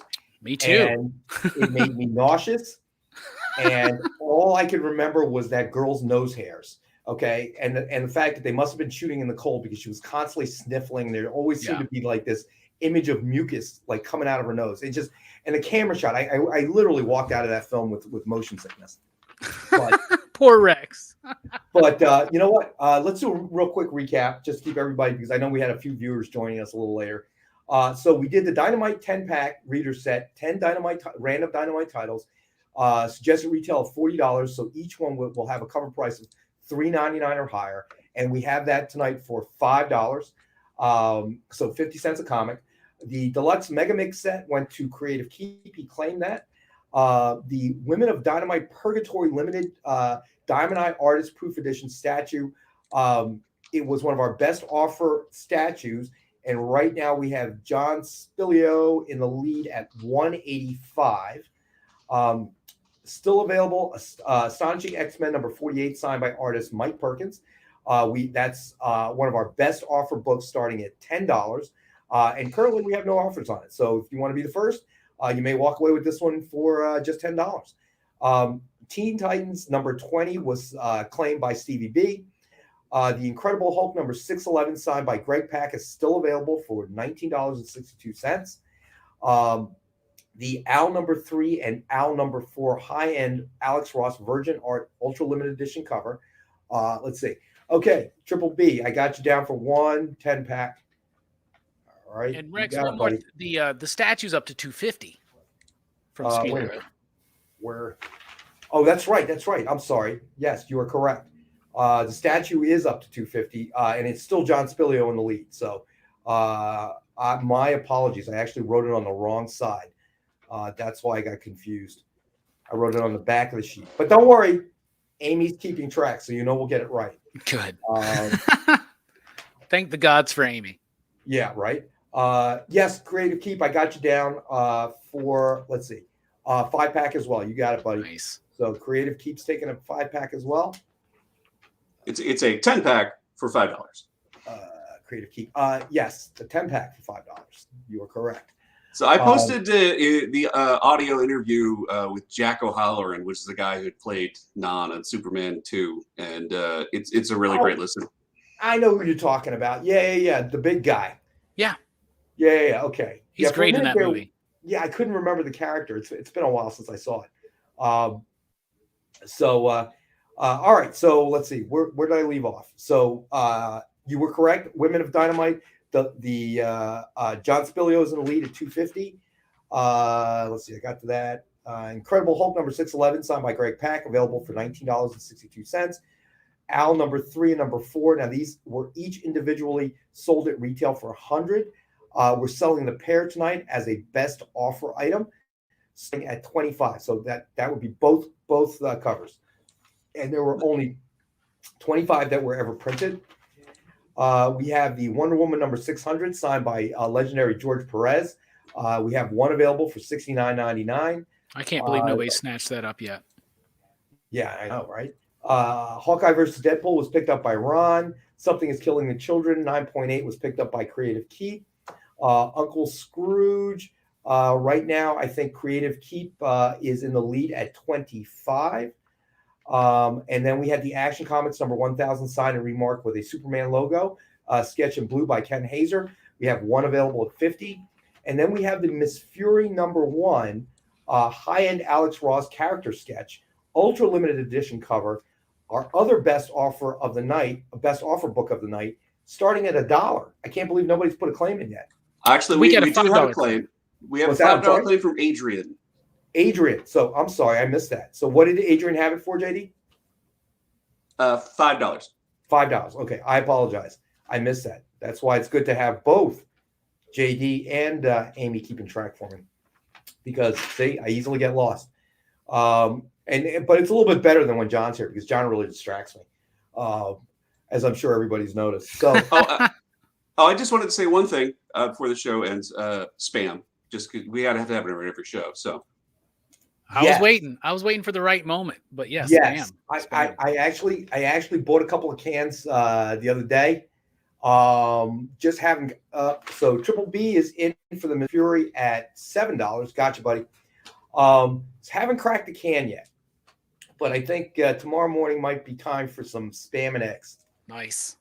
So I'm thinking about it. I had spam and eggs on Friday. So see, for me, I'm always torn because we have that thing called Scrapple here. Yeah, I've heard about that. Yeah, so I'm not always sure what breakfast meat I want. So sometimes it's Scrapple, sometimes it's spam, but you can't really get the spam at a restaurant in my area. Does Scrapple come in a can? No, it comes in a block, and you gotta make it right though. That's the thing people don't understand is that it's gotta be lightly breaded, okay, and then fried.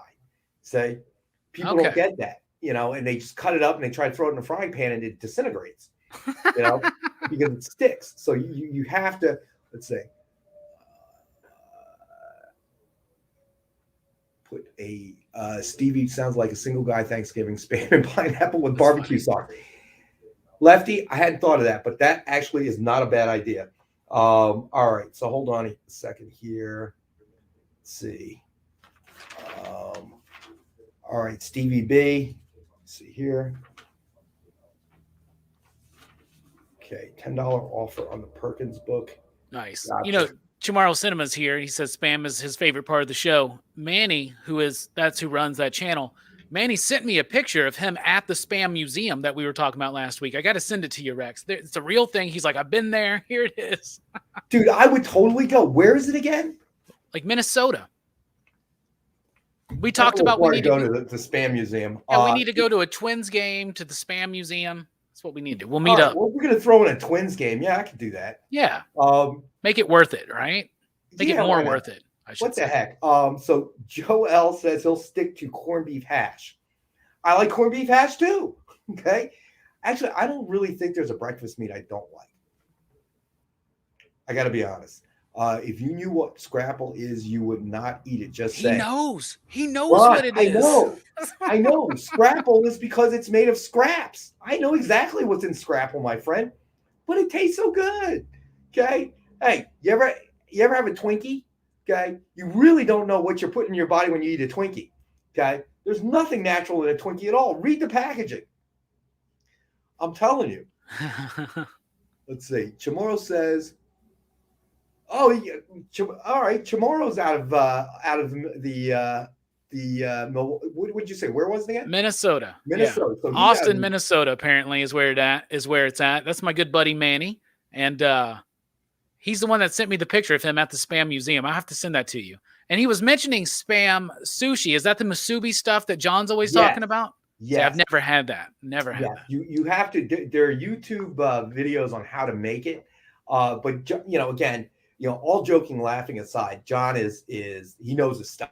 You could tell if you talk to the man for about 10 minutes without even looking on his Instagram or whatever. You talk to the man for 10 minutes, he knows what he's talking about when it comes to food. First time we did a show with you, right? You said where you were from, and immediately John knew what the specialty food from that area is. Yep, white barbecue sauce. So he's a man who knows his stuff, all joking aside. So love talking food with him, except he never brings any for me to eat. Joel says Twinkies will last through a nuclear explosion. Yes, because the cockroaches will need something to eat. So we all know that Twinkies will last forever. Okay. Stevie B says I'm hooked on Weird Al's Spam song to an REM tune. Ron says I don't eat Twinkies either.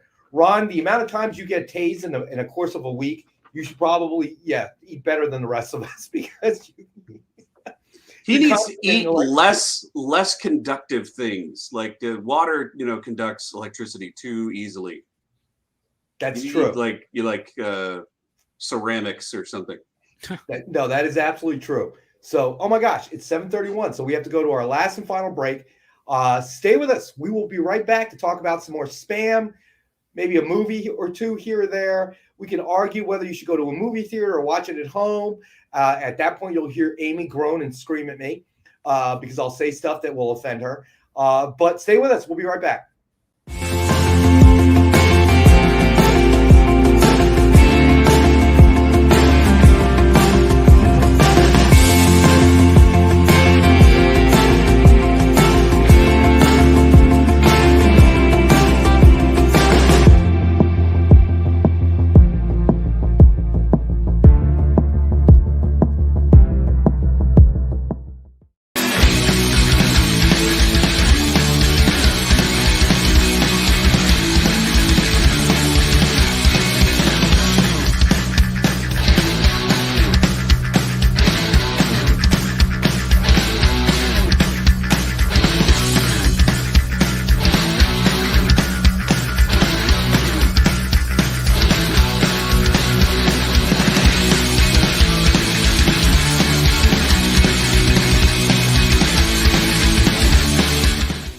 They say it, and it's true, that everything is getting faster. You're not getting any younger, and time is the single resource that you can never get back or get any more of.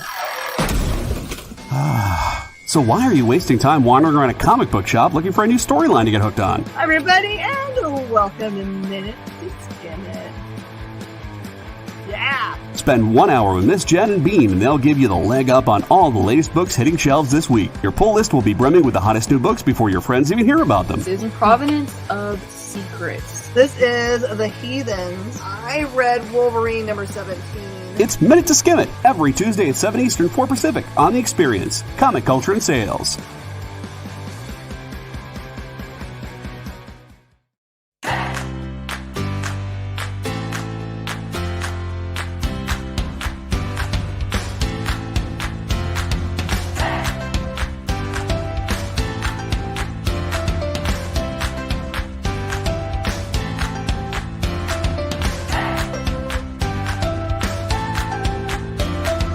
There's something for every imagination at your local comic shop.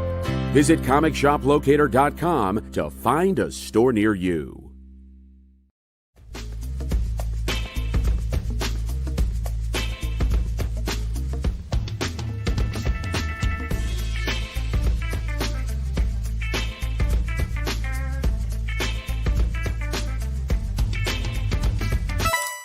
Hey, I'm Garrett Gunn. You might know me from Good Boy, Warcorns, Franklin and Gus, and you're watching The Experience.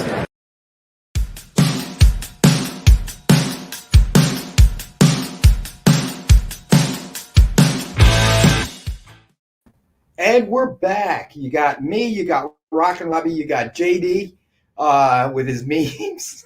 A dancing robot. So, all right. So to go back to the chats, Ron says, "I'm just trying to outlive my wife." And then 62 lefty Souse head cheese. That's the equivalent to Scrapple. It sort of is, but Souse. The problem is that they put a lot of vinegar in it. So it changes the flavor a bit. But that's all Pennsylvania Dutch stuff, man. That's why it's so popular in our area. Man. I can't handle that. Why is Robbie shaking his head? I can't handle that, man. 62's from the South like me, man, but I can't swing with that, bro. Come on, I cannot swing with South, man. You're talking about spam, for goodness sakes. I can handle spam, man, but South is something else, bro. Somebody's got to eat the leftover parts of the cow, That's We're right. Big. It's green. It's environmental. Head cheese. It always makes me think of Texas Chainsaw Massacre, the head cheese bit. Anyway.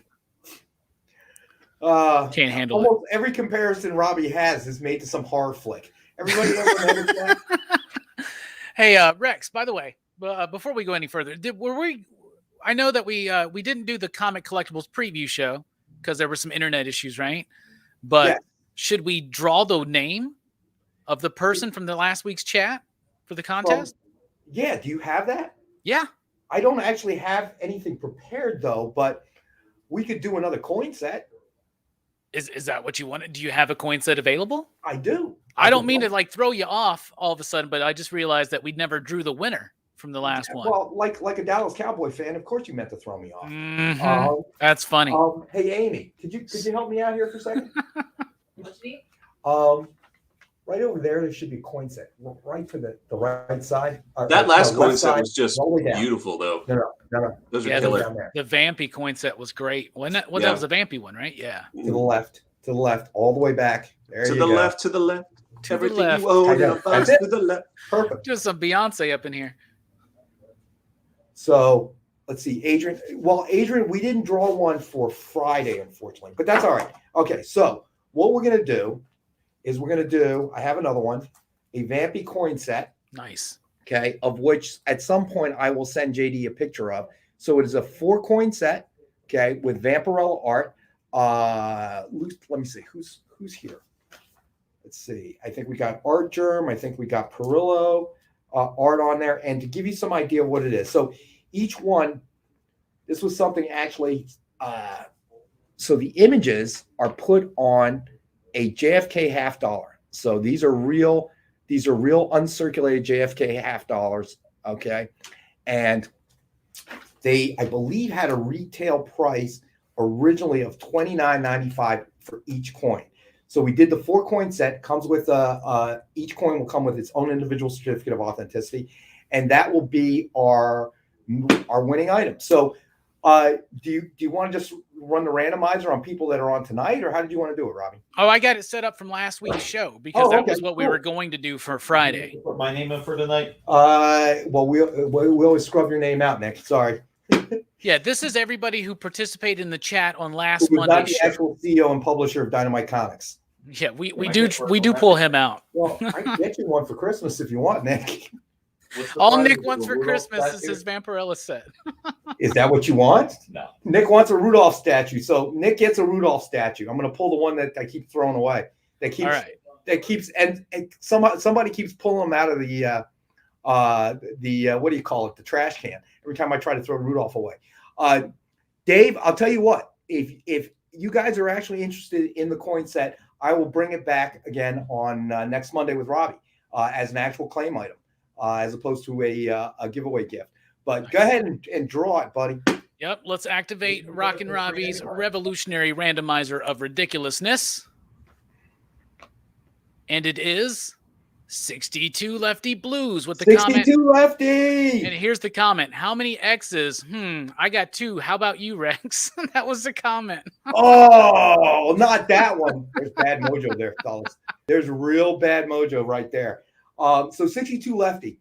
If I know you have my email, if just to make it quick and easy to get out the door, if you don't mind emailing me your ship to address again, that would be awesome. All right. So Triple B wants me to bring it back. I will then. Then I got to make it. Amy, can you make a note of that for me? Because I'm going to forget as soon as the James show's Bond over. Comics and Vampy Coins. Vampy Coins. All right. So we will bring it. And there you go. Thank you, JD. We will bring the coin set as a claim item on next Monday's show. That means I'm going to have to find something else as the giveaway. And by the way, make sure to tune in to Rockin' Robbie's show on Friday night. We're going to do everybody that's entered the chat tonight will be entered for that drawing on Robbie's show on Friday. All right. So even if you're not usually someone engages in the chat, just throw your chat in there because you'll be entered into the contest automatically to win. Robbie will run his handy dandy randomizer and we'll pull out the winner out of a virtual hat. So glad we had the randomizer. Otherwise, I'd have to write all these chat things on a little strip of paper and put them in a hat. That's how I used to do it. That would take a long time, dude. That's a lot of little pieces of paper. That's how I used to do it, man. Until I discovered the randomizer on the internet. and while we're talking about the viewers in the chats, I want to once again, and we joke a lot and we have a lot of fun here, but I want to thank all of our viewers. You guys make the show. Without our viewers, none of this would be possible. Certainly, it would be probably a far more boring show if we didn't have our viewers engaging with us, giving us topics of conversation. We appreciate our regulars, Dave and Ron and Lefty and Stevie B, and I know I'm leaving a whole bunch of names out. We appreciate the time that you spend. We hope we're bringing you some great comic value, but beyond that, I hope that the conversation is interesting. If you're a lover of spam, then obviously, you're entertained and engaged by our conversation. But even if you're not a lover of spam, as Ron is not because he's trying to outlive his wife, continue to watch. We're always going to try to bring in new stuff, new conversation, topics of conversation. But more importantly, if there's something you haven't seen that's been on the show that you would like to see, let us know. We can also bring vintage books. We haven't had vintage books in the last few shows, mainly because it didn't seem like there were a whole lot of buyers of the vintage books of our viewers. So we try to bring you the stuff that you guys like. Also encourage everyone to visit your local comic book shop. Those are the foundations of our hobby, and they are dropping like flies. So let's make sure that we give them the support that we can give them. I know a lot of people still really aren't going out. Even if you're not, get your pull list. Most of these places, most of your local comic book shops will have moved to a delivery system or a curbside system or something to that effect to accommodate the pandemic. But we need them. And it was already tough enough. They were starting to disappear. And then the pandemic hit. It was like putting nitrous in your car. Next thing you know, they're dropping like flies. So whatever we can do to support them, please do so. And Nick brings up that is correct. We only have about 13 minutes left for our best offer items. So we'll do another book, but let's do a real quick recap on the best offer items. All right. Yeah. So Women of Dynamite Purgatory. We still have John Spillio in the lead at $250. Let's see here. Astonishing X-Men number 48, signed by Mike Perkins. We have an offer in from Stevie B at 10. Let's see. Okay, we still have the Owl number 3 and number 4, high-end Alex Ross Virgin Art Ultra Limited Edition cover. These were $100 retail each. We're selling the pair for a best offer at the end of the night, starting at $25. I'm amazed that no one has put in an offer on that yet. I know, These are right? Beautiful. It's crazy. And Triple B, that's good to hear. Spent $60 with his LCS last week, or this week rather. They appreciate it. Yeah, we all appreciate it, and it's only helping the hobby as a whole. We have Wonder Woman number 600 signed by George Perez. Let's see. We should probably do our last CGC book next. Oh, Uncle Scrooge, best offer starting at $10 right now. Let's see. Creative Keep is in the lead at $25. And then let's see. Miss Fury number 1, High and Alex Ross character edition. We have Triple B in at $7. Let's see. Oh, and Stevie B says, trying to watch you guys and get ready to meet friends to watch the Giants game. Jets lost, we know. Buffalo lost. Will one of the New York, New Jersey teams win this week? Stevie B, in my honest opinion, probably not. I don't think so. Knows? It's been a weird NFL season. So, Nico Little Dragon in the house. What's going on, buddy? All right. So the Wonder Woman signed by George Perez is $69.99, and we only have one available at that price. So let us know if that's something you're interested in, and go ahead and put the claim up in the chats. Oh, look, her lasso's making a 600. How clever is that? That's cool. I think that might be the first time I've ever noticed that. And I've had this book on the wall, right? Like, so that's crazy. I'm just always happy to be here, Rex. Thank you for having me again, even though you put AR on the thumbnail and not me, but it's okay. Where's get it. AR on the thumbnail? Oh, was it? Oh, yes. That's a generic thumbnail. We're working on that part. So we'll make sure that's corrected, pal. Yeah, I appreciate that. Just remind AR that he's the generic one, right? Well, he is an Eagles fan. Just saying. I wasn't going to say it, but I was thinking it, Rex. That might have played a small role. Small. Just a little bit. Okay.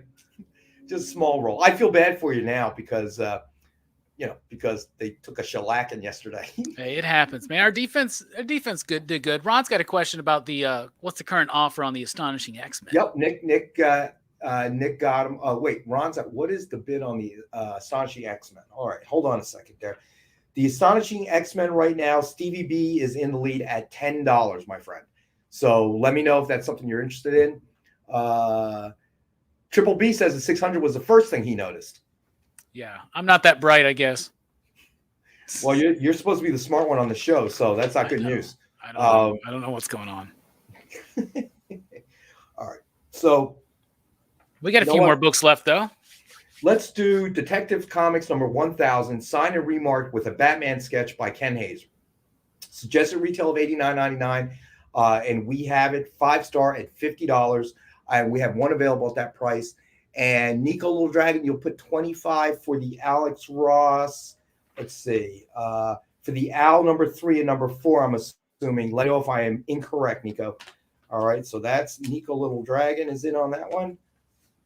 Look at the lighting on that Batman by Ken Hazer. That's so good. That lighting right there. It's just and that's a white blank cover. So Hazer has drawn all that coloring. So, okay, great, Nico. Got you down, buddy. So have you down for the high and Alex Rosses. The pair for $25. Those are those Michael Keaton ears too, man. Look at that. Yeah, seriously, right? Yeah. So again, I'm a huge fan of Ken Hazer's work. You know that already. All right, so Ron's gonna bid 20 on the X-Men, Astonishing X-Men number 48 by Perkins. All right, I got you down, Ron. And Amy, more importantly, Amy's got you down because that's the sheet we work off of. But yeah, I mean, you go from Uncle Scrooge to this. It's the man has a gift. I used to, when I was in high school, I had a friend, and he was a guitar player, and he could play anything you could think of. He could play Hendrix. He could play Van Halen. It was just amazing. And then as we got to know each other better, I found out that he couldn't even read notes. Oh, it wow, was yeah. all just by figuring it out, listening to it, and then he would start playing it. It was like a gift. Sometimes those are the best musicians, though, right? Because they play by feeling more so than by like a very like rigid mathematical type thing. There are people that can read music and they could just get a piece of music in front of them for the first time and play it all technically well, but have no soul behind it, right? And that to me is what Ken Hazer is. You know what I mean?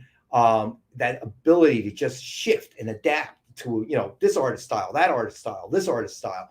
And to me that's why I become such a big fan. And we've talked about it before. The concept of a remark has changed. It's no longer just a head sketch, whatever. It really is a full-blown commission piece of original art. I mean, there's really nothing else you can call it. Yeah, and the prices that y'all are offering for these Ken Hazer ones are absolutely criminal. They're so good. The prices, man. I agree. So, all right. So it looks like we're at 750. So we're going to shut everything. We're going to put the end line at 755. I know JD's going to keep track of it. So JD, when the time comes, put the end line down in the chat if you wouldn't mind. That's our 5-minute alarm right there. There you go, buddy. So we'll just go through the best offer items real quick, and then we'll do a full recap for the end of the show. So the Women of Dynamite best offer right now is still John Spilio at $250. Let's see. Astonishing X-Men right now, Ron is in the lead at $20.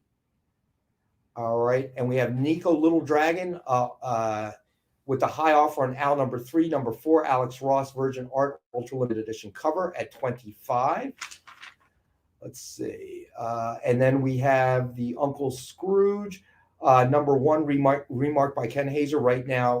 Creative is in the lead at $25. And let me see, did I miss anything? And then Miss Fury number 1, high and Alex Ross. Right now, Triple B is in the lead at $7. So that covers all of our best offer books. And then remind everybody, we did the Dynamite 10-pack reader set, $5 for 10 random Dynamite titles. Let's see. Deluxe Mega Set was claimed by Creative Keep. Let's see. We still have, that was claimed by Stevie B. Incredible Hulk number 611, signed by Greg Pak. We have one available for $19.62. Let's see. Wonder Woman number 600, signed by George Perez. Legendary creator George Perez. We have that for $69.99. Let's see. The Hawkeye versus Deadpool was claimed by Ron. Something is Killing Children was claimed by Creative Keep. Uncle Scrooge, I mentioned that. Creative Keep, you're the high claim at $25.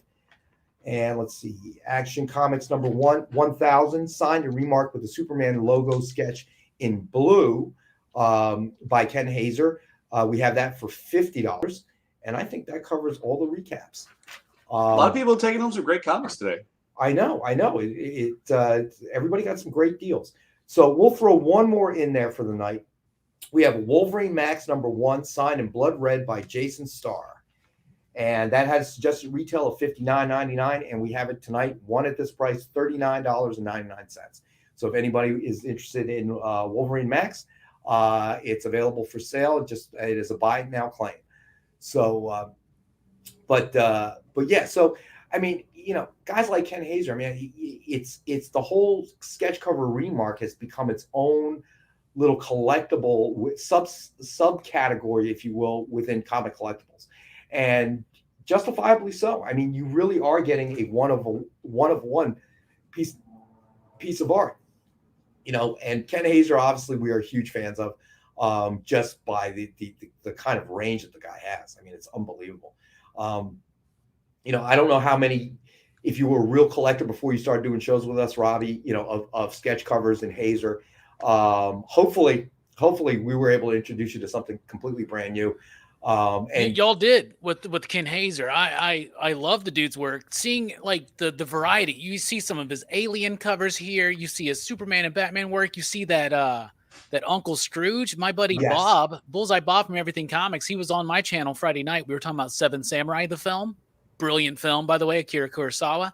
But we do a little bit of show and tell on our movie nights, and he showed off. He had a Ken Hazer Electra sketch that he had gotten from y'all, from Dynamic Forces.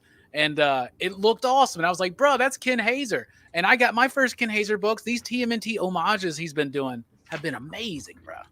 Hold on a second here. Let's see. Detective 1000 with the Batman sketch. That actually was a buy it now book, Stevie B. So that is a $50 buy it now claim. All right. So Adrian is up, is jumping in on the Miss Fury at $8. All right. I got you, Adrian. We're at the end of it. Y'all throw them in. Yep. Almost time. So JD will throw up an end line, and then, you know, that'll close it. Whatever is before JD's end line in the chats. Triple B is up to 10. Hold on. And this way, we'll try to keep it as fair as possible. So JD will be the, all right, and we're closed. So Triple B, congratulations on the Fury. Creative, I'm sorry, buddy. It came in after. No, actually, Creative looks before. That came in before. Sorry. Wow. Last second. So exciting. Creative, you are in at 12, my friend. So Creative actually takes that book. Sorry, Triple B. I got to apologize to Stevie B. That was my fault. I had the Detective Comics mismarked as a best offer book. That was incorrect. No problem. No problem. My fault. No, not a problem. It happens. So, you know, again, I want to thank everybody that joins us for the show. We really do appreciate you. If you could, hit the thumbs up, hit the share, subscribe if you haven't already. It helps us as a channel grow. Definitely check out Robbie's channel as well on YouTube, Pop Culture Philosophers. Totally different, much more knowledgeable than me and John. Dropping some great content, great info on you. Definitely, I know a lot of people that are watching our show, also watch Robbie's show. If you haven't subscribed to Robbie's channel, please do so. Hit the thumbs up, share it.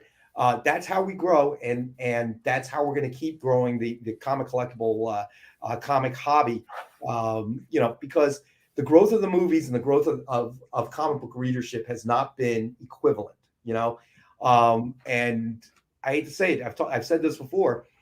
If there's no creative content coming out of the original comic books, we're going to run out of movies at some point, right? Because they're depending on this for all source material. It'll be like when Game of Thrones got past the books, and we all know that ended up. Yeah, look what happened.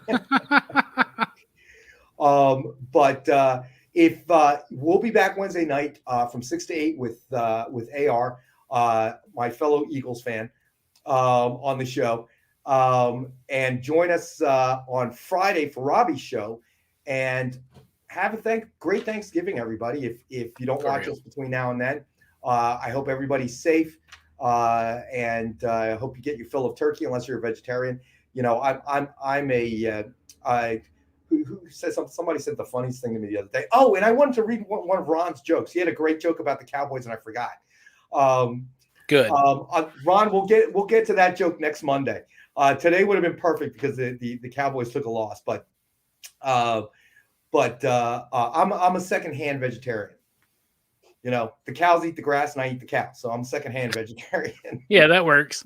I'm gonna mold a turkey out of Spam, I think, and bake that this year. Ooh. So we would need you to take a picture of that. Actually, video would be better, and we'll definitely use it for the next show.